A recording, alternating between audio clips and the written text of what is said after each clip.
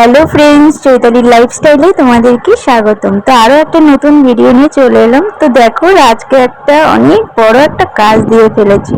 তো রাজ তো ঘেমে ঘুমে একাকার হয়ে গেছে এই কাজ দেখে।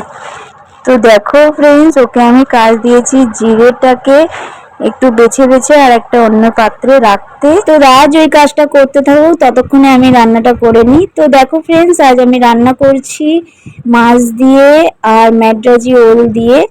তো এই ম্যাড্রাজি ওলটা আমাদের বাড়িতেই লাগানো হয়েছিল। তো দেখো, ওলটা অনেকটাই বড় হয়েছে, প্রায় 2-2.5 কেজি মতন বড় হয়েছে।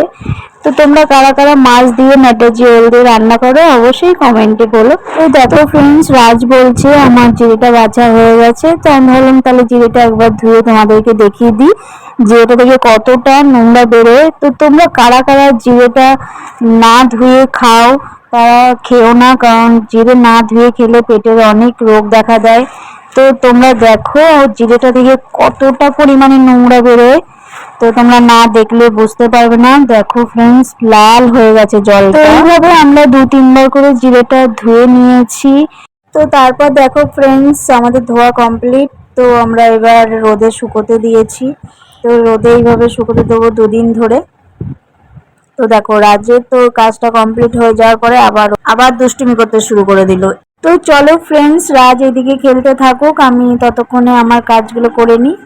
তো দেখো ফ্রেন্ডস, বাবাকে বলেছিলাম একটা ফুল গাছের চারা এনে দিতে। তো দেখো বাবা এনে দিয়েছে। তো ভাবলাম তোমাদেরকে একটু দেখি। তো ফুল গাছগুলো যেখানে লাগাবো সেখানটা একটু মাটিগুলো কেটে নিতে হবে। তো চলো ফ্রেন্ডস, মাটিটা তৈরি করে নিই। তো দেখো ফ্রেন্ডস, আমার মাটিগুলো তৈরি করা হয়ে গেছে। তো এখানে লাগিয়ে দেবো আমি ফুল গাছগুলো। তো এখানে এই গাছটা কি গাছ তোমরা কমেন্টে বলো, কেউ যদি জেনে থাকো। তো ফ্রেন্ডস দেখো, আমার মাটি তৈরি করা হয়ে গেছে। তো রান্না চাপিয়ে দিয়ে আমি ওই দিকটা কাজটা সেরে এলাম। তো দেখো ফ্রেন্ডস, আমার এদিকে রান্নাটা অনেকটাই হয়ে গেছে। এবার আমি মশলাটা বেটে নিয়ে মশলাটা দিয়ে দিলাম। তো তোমরা যদি এই রেসিপিটা পুরো দেখতে চাও অবশ্যই কমেন্ট করো। তো চলো ফ্রেন্ডস, ভিডিওটা এইখানেই শেষ করছি।